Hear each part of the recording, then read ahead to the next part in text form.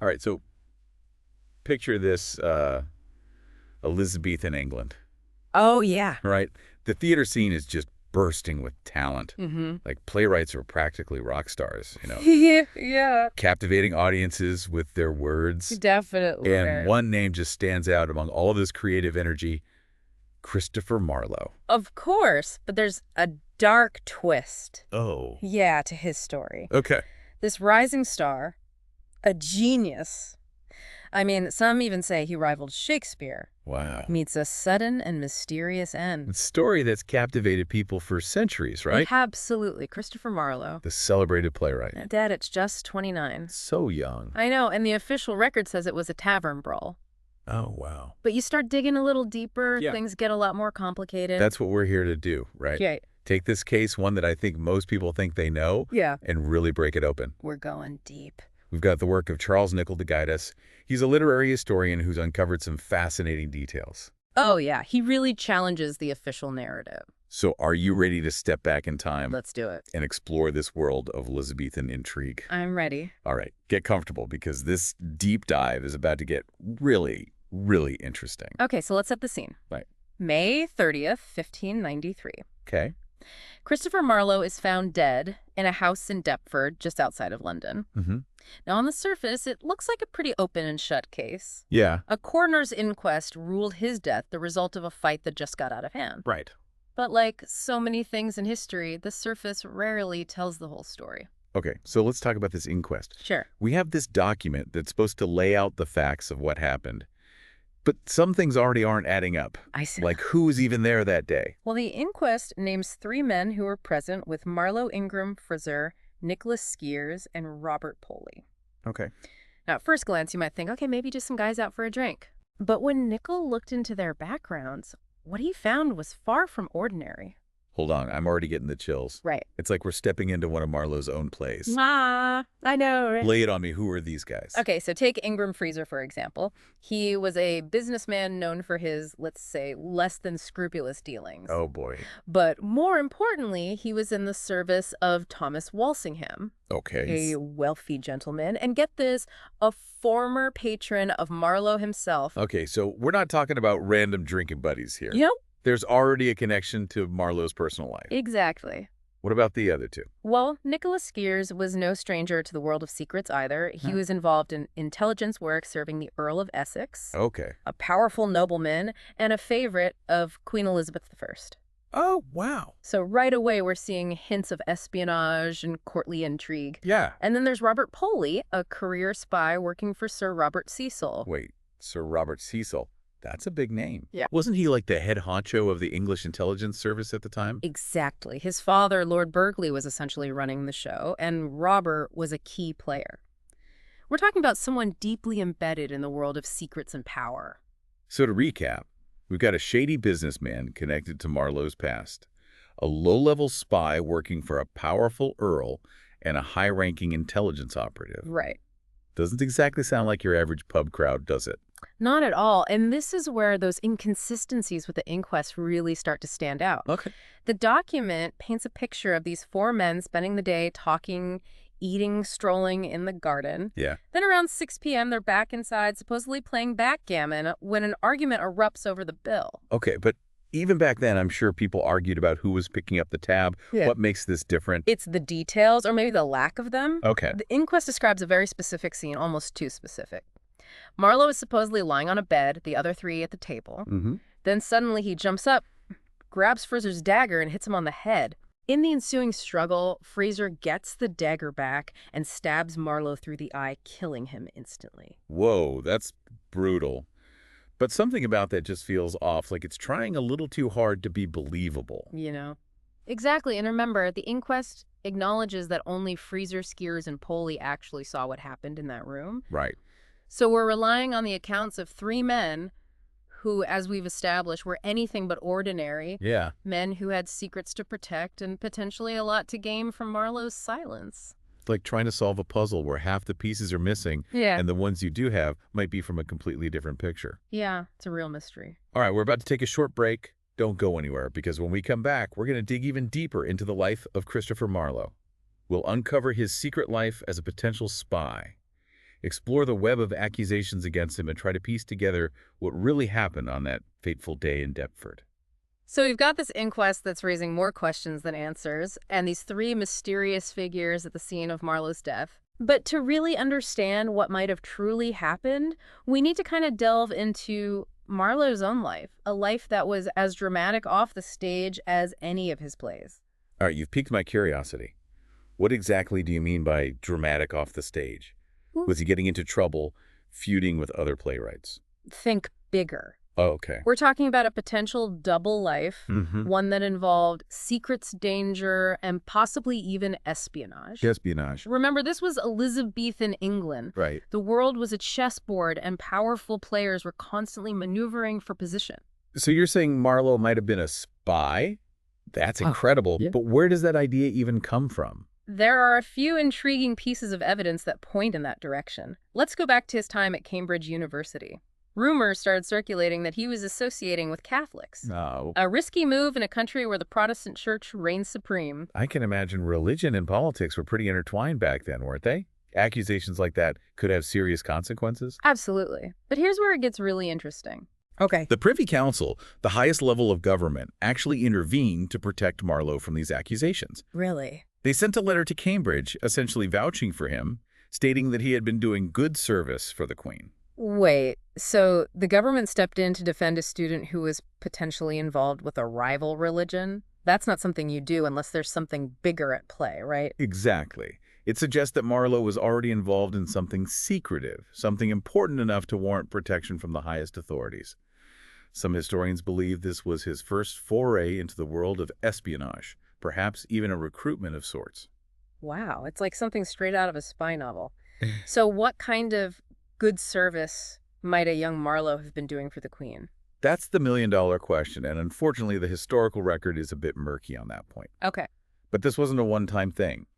Later in his career, there's evidence linking Marlowe to a counterfeiting operation in the Low Countries. Counterfeiting, now that's a serious crime.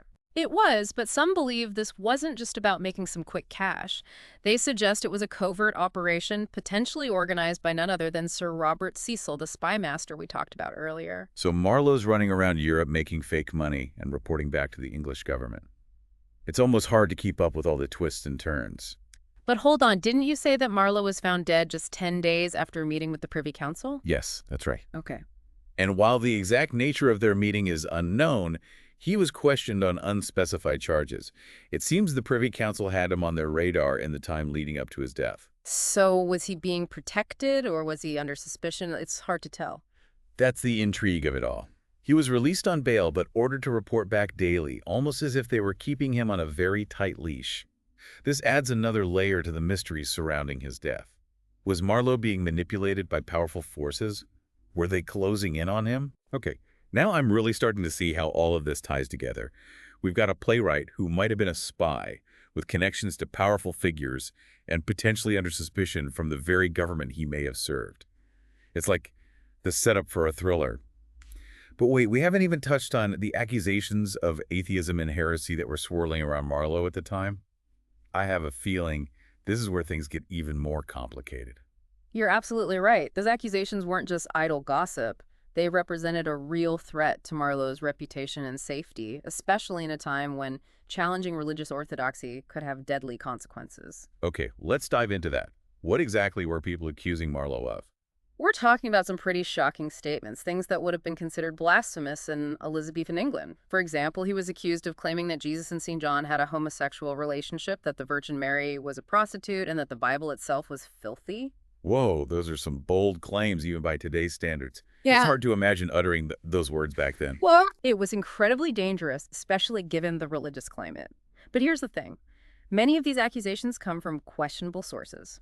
Informants like Richard Baines, Thomas Kidd, and Richard Cholmondeley, individuals who had their own reasons for wanting to discredit Marlowe. So we're back to those hidden agendas.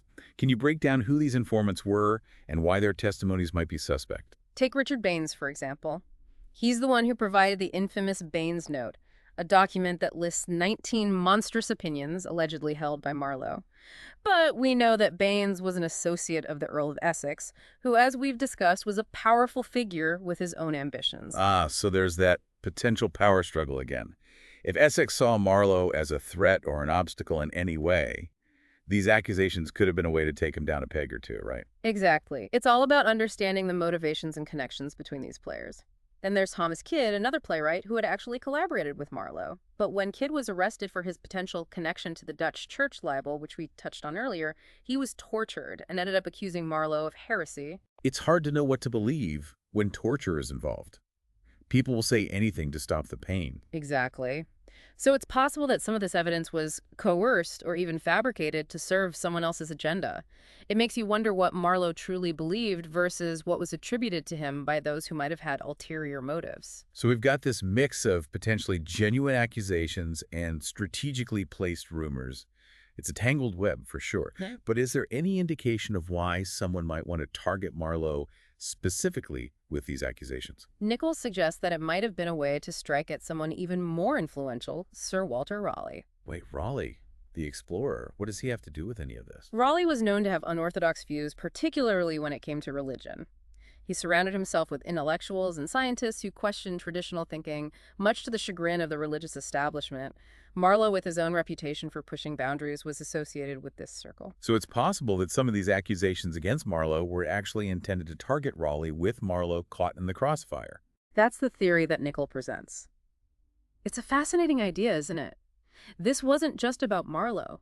He might have been a pawn in a larger game of power, one aimed at discrediting Raleigh and his circle of thinkers. This is incredible.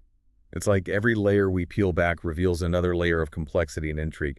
But wait, we're going to have to take a break here. Don't go anywhere, because when we come back, we're going to examine that fateful meeting in Deptford in more detail. We'll explore the possible motives behind Marlowe's death and try to determine whether it was truly an accident or something far more sinister. So we've got Marlowe, this brilliant playwright, who may have also been a spy, caught in a web of accusations, and potentially used as a pawn in a power struggle between these influential figures. Yeah, it's a lot to unpack. And then there's that fateful meeting in Deptford where he meets his end under those mysterious circumstances. I'm ready to dive back into that.